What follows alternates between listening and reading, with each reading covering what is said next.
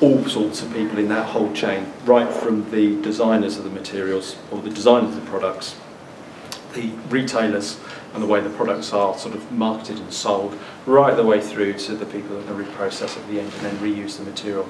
There is a whole chain of responsibility that sits all the way through that. There's two things that we're doing as the Environment Agency, which is actually going to contribute towards that quality agenda. The first is implementation of the MRF regulations, whereby we'll have transparent data around the MRFs, and we've got that regulation to give that kind of surety. There's a referee on the pitch to actually say people are playing by the rules here. So people can actually see where they get their materials from and the quality that is there. And then the second piece of legislative change that we're involved as the regulator is around the separate collection and how we're going to be working with the local authorities. We're there in a regulatory capacity, but we know local authorities want to do the right thing with this, and we're going to be using a proportionate and light touch approach to ensure that they make the best of their opportunities in the materials they're collecting.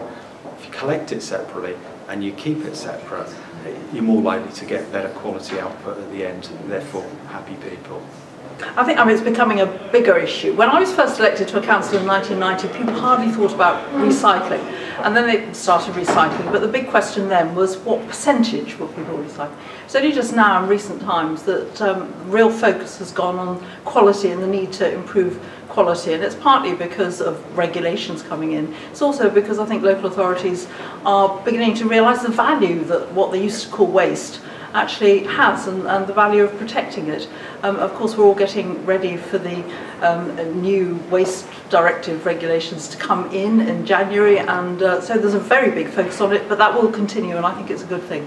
They are a step in the right direction, absolutely. I'm sure the MRF regulations will be a driver for quality, and the TEEP requirements will also, I hope, help improve quality. I mean, what we need to make sure is that they're not implied in such a way that the amount of recyclate collected goes down. So I think as long as the TEEP regulations are applied in a practical, sensible way that allows contractors and local authorities to do what is practical for them, then I think it will be a good thing in helping to drive up quality. That's a question that we ask ourselves daily, actually.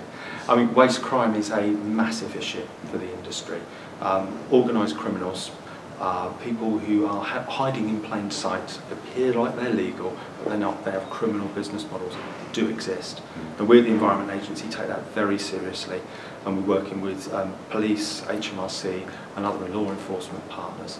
I mean, I was really struck by the performance that we had, it's not for this last financial year, the financial year before, nearly 1,300 illegal waste sites that we shut down in a single year. At the moment, we're just pulling together the information of how we performed last year. So I won't reveal any information on that, but pretty soon we'll be publishing our waste crime report, and in there is more good news.